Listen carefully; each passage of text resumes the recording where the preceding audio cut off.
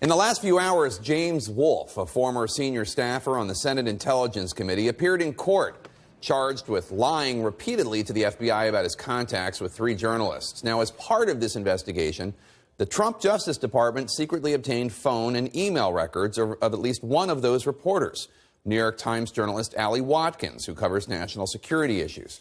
Watkins was notified about these intrusions into her records by the U.S. government after the fact, making it impossible for her to challenge this questionable search and seizure in court before it happened.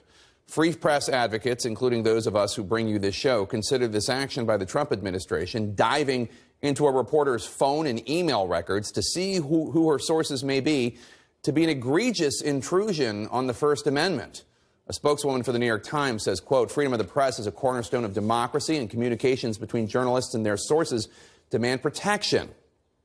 The editor of BuzzFeed, where Watkins used to work, stated, quote, "We're deeply troubled by what looks like a case of law enforcement interfering with a reporter's constitutional right to gather information about her own government," unquote.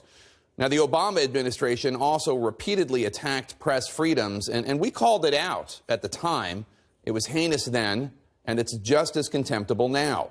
Questions we have about this incident include the following. If the Senate Intelligence Committee staffer was charged with lying and not charged with leaking, how bad could these leaks have been? Is the Trump administration escalating the Obama administration's war on leaks by trampling on the First Amendment for the disclosure of information that isn't even particularly sensitive?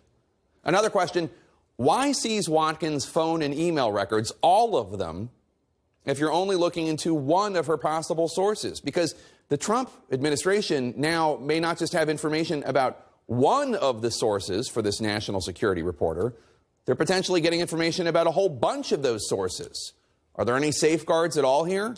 Or is the Trump administration just blithely combing through the records of a national security reporter? Another question, how much does President Trump's disdain for the Fourth Estate play into any of this? How breezily was this done? There's no apparently pressing national security crisis involved.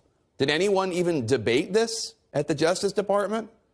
Lastly, how many other reporters is the Justice Department doing this to under the shroud of secrecy? Now, to those Trump supporters out there who don't care about this issue, I will remind you of what I said when it was the Obama administration violating press freedom, specifically when the Obama administration was taking unusual steps in a leak investigation to go after a Fox News journalist. I'm a journalist. Obviously, I have a bias here. But even if you side with this president over those of us in the media who challenge him in his administration, it is important to remember the precedent these actions set going forward, perhaps when it's not your guy in the White House. As the Freedom of the Press Foundation put it today, this case, quote, chills all investigative journalism and damages the public's right to know, unquote. Your right to know.